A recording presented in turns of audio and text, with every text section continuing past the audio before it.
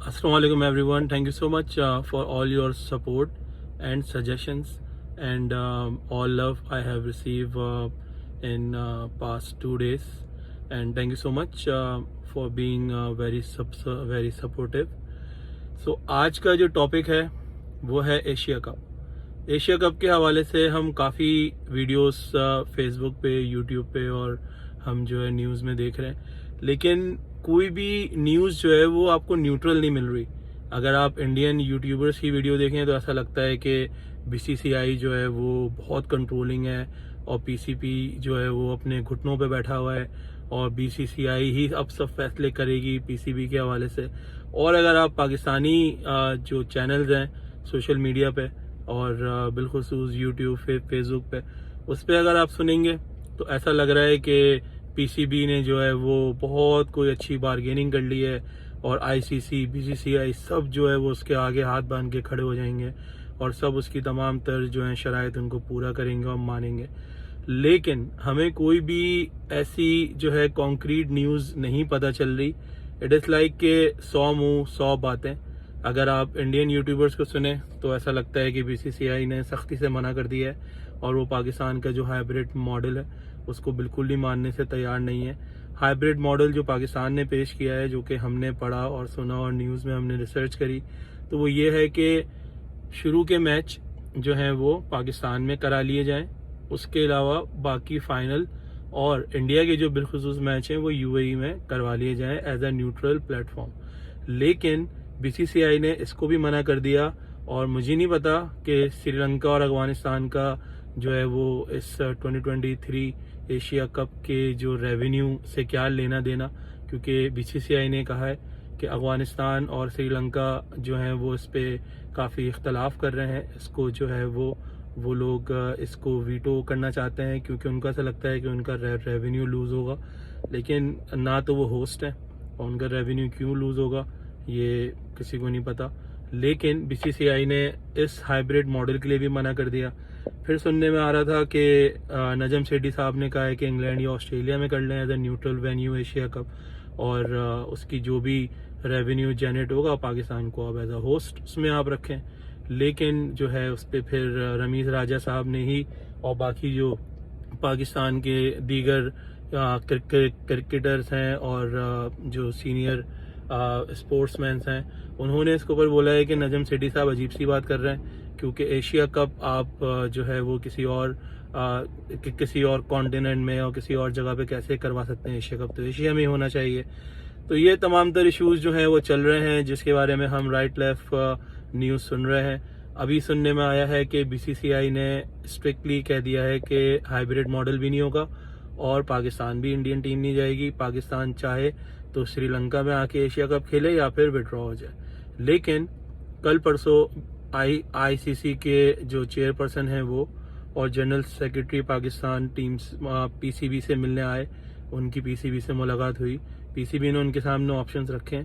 पहला कि पूरा पाकिस्तान में हो, जो कि इंडिया रेजिस्ट कर रहा है। दूसरा कि हाइब्रिड हो, कि शुरू के मैचेस पाकिस्तान में हो और इंडिया और फाइनल मैचेस यूएई में हो, जो कि इंडिया रेजिस्ट कर रहा है। तीसरा ऑप्शन उन्होंने ये रखा है कि फिर भाई हम विड्रॉ करेंगे या तो फिर इंडिया हाइब्रिड एक्सेप्ट कर ले और चैंपियंस ट्रॉफी 2025 में जो होनी है उसके लिए इंडिया लिख के दे, इन रिटन ये कमिटमेंट दे कि वो पाकिस्तान आएगा। तो फिर हम लिख के देने को तैयार हैं कि हम 2023 के वर्ल्ड कप में आएंगे। अब कई सारे लोग ये कह रहे हैं कि पाकिस्तान ये नहीं कर सकता, आईसीसी के इवेंट को अब इग्नोर नहीं कर सकते। फर्स्ट ऑफ ऑल पाकिस्तान की टोटल ही जो इकोनॉमिक कंडीशंस हैं वो आपको पता है बहुत ख़राब है। अगर आप सिर्फ एक पीसीबी के इदारे की ही बात करें तो उसका रेवेन्यू भी इन्हीं इवेंट से जनरेट होता है। अगर वो आईसीसी से ही जो है वो अटक जाएगा और उससे वो इख्तलाफ करेगा और वो उस इवेंट से बाहर होने की कोशिश करता है तो हमें भी पता है कि इकोनॉमिकली डैमेजेस होंगे। लेकिन पाकिस्तान इतनी हिम्मत और जुर्रत क्यों दिखा रहा है? पहला, अपना ऑनर और इंटेग्रिटी, वो बहुत इंपॉर्टेंट होता है। बहुत सारे लोग हैं, लोगों की डिफरेंट आराय हैं इस पर, लोगों की डिफरेंट थॉट्स हैं। कुछ का मानना है कि हमें अपने ऑनर और इंटेग्रिटी को जो है वो प्रोटेक्ट करना चाहिए। ऐसा नहीं हो सकता कि इंडिया पूरी क्रिकेट फैटर्निटी को डिक्टेट करे, जो कि हो रहा है, जो कि आज का एक सबसे बड़ा सवाल भी है, जो कि मैं अपनी वीडियो के एंड में करूंगा। कि ये कैसे हो रहा है, कि कैसे एक कंट्री को, एक बोर्ड को आपने इतना स्ट्रांग होने दिया या कर दिया कि अब वो हर एक को डिक्टेट कर रहा है। अब वो हर एक को बता रहा है कि कब उठना है, कब बैठना है, कब सोना है। क्या पैसा ही अब स्पोर्ट्स को आगे लेके चलेगा? जिसके पास पैसा उसी के हाथ में लाठी होगी और वही सबको हाँकेगा।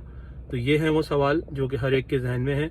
लेकिन अगर पाकिस्तान एशिया कप से बाहर होता है तो लोग कह रहे हैं कि ब्रॉडकास्टर्स को मिलियंस ऑफ डॉलर्स का लॉस होगा, क्योंकि वी ऑल नो कि पूरे टूर्नामेंट की व्यूअरशिप और पैसा जनरेट होना एक तरफ, इंडिया पाकिस्तान का जो टाकरा होता है उसकी फंड्स का जनरेट होना, उसकी व्यूअरशिप का बढ़ना, वो सब होना एक तरफ है।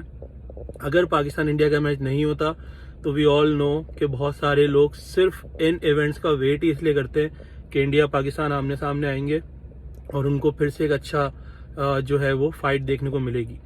पिछले कुछ अरसे से हमें पता है कि इंडियन टीम ने बहुत इम्प्रूव किया है, they have a great batting lineup और वो हम पे बहुत डोमिनेट कर रहे थे। लेकिन 2021 के T20 गेम मैच को हराने के बाद, चैंपियंस ट्रॉफी में 2017 में उनको हराने के बाद आहिस्ता आहिस्ता एक होप पाकिस्तान की टीम की बिल्ड हुई है। बाबर आजम की कैप्टनसी में और सरफराज की कैप्टनसी में एक अच्छी टीम क्रिएट हुई जो कि बाबर आजम लेके चल रहा है। और अभी भी एशिया कप में भी हमने एक गेम उनसे हम जीते, एक हम हारे।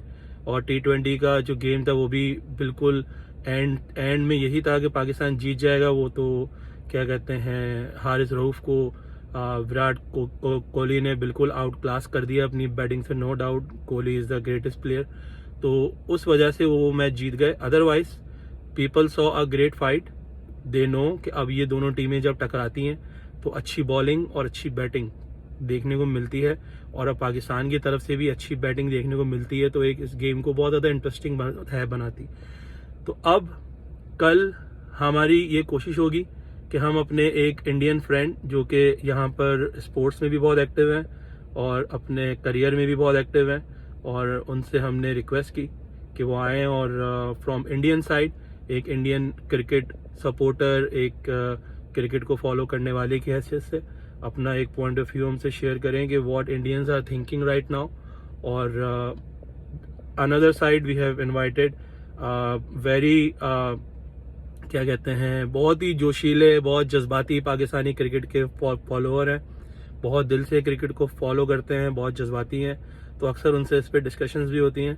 तो हमने सोचा क्यों ना दोनों को साथ बिठा के दोनों तरफ की जो है वो बात रखी जाए, की जाए कि एक आम जो व्यूअर है वो इस वक्त क्या सोच रहा है। क्या वो इन कंट्रीज़ की पॉलिटिकल वॉर का हिस्सा बनना चाहता है, या वो कहता है कि स्पोर्ट्स को एटलीस्ट इन चीज़ों से दूर रखो और हमारी जो एक एंटरटेनमेंट है एटलीस्ट उसको आप किल ना करें। तो कल हम कुछ सवालों के साथ और इस टॉपिक के साथ अपने एक इंडियन फ्रेंड और एक पाकिस्तानी फ्रेंड के साथ इसको डिस्कस करेंगे इंशाल्लाह। Please keep tune for next part of this video. लेकिन before I end this video, आज का मेन सवाल ये है कि कैसे BCCI सिर्फ इस बेस पे कि वो सबसे ज़्यादा रेवेन्यू जनरेट करके ICC को अब दे रहा है, तो वो तमाम अपनी बातें मनवाएगा, तमाम लोगों को चीज़ें डिक्टेट करेगा, या तो फिर ICC के लिए हाई टाइम है कि वो अब सोचे और डिसाइड करे कि क्या कोई डेमोक्रेसी हो सकती है बोर्ड में, कि जिसमें कोई एक इंसान as a dictator, as a sole power decisions making ना करे और सिर्फ अपने जो है वो बेनिफिट्स और अपने ही जो है वो उनको प्रोटेक्ट ना करे, बल्कि वो क्रिकेट को प्रोटेक्ट करे, क्रिकेट को फ़रोग दे और क्रिकेट के फैलने और उसकी सेफ्टी को इंश्योर करे।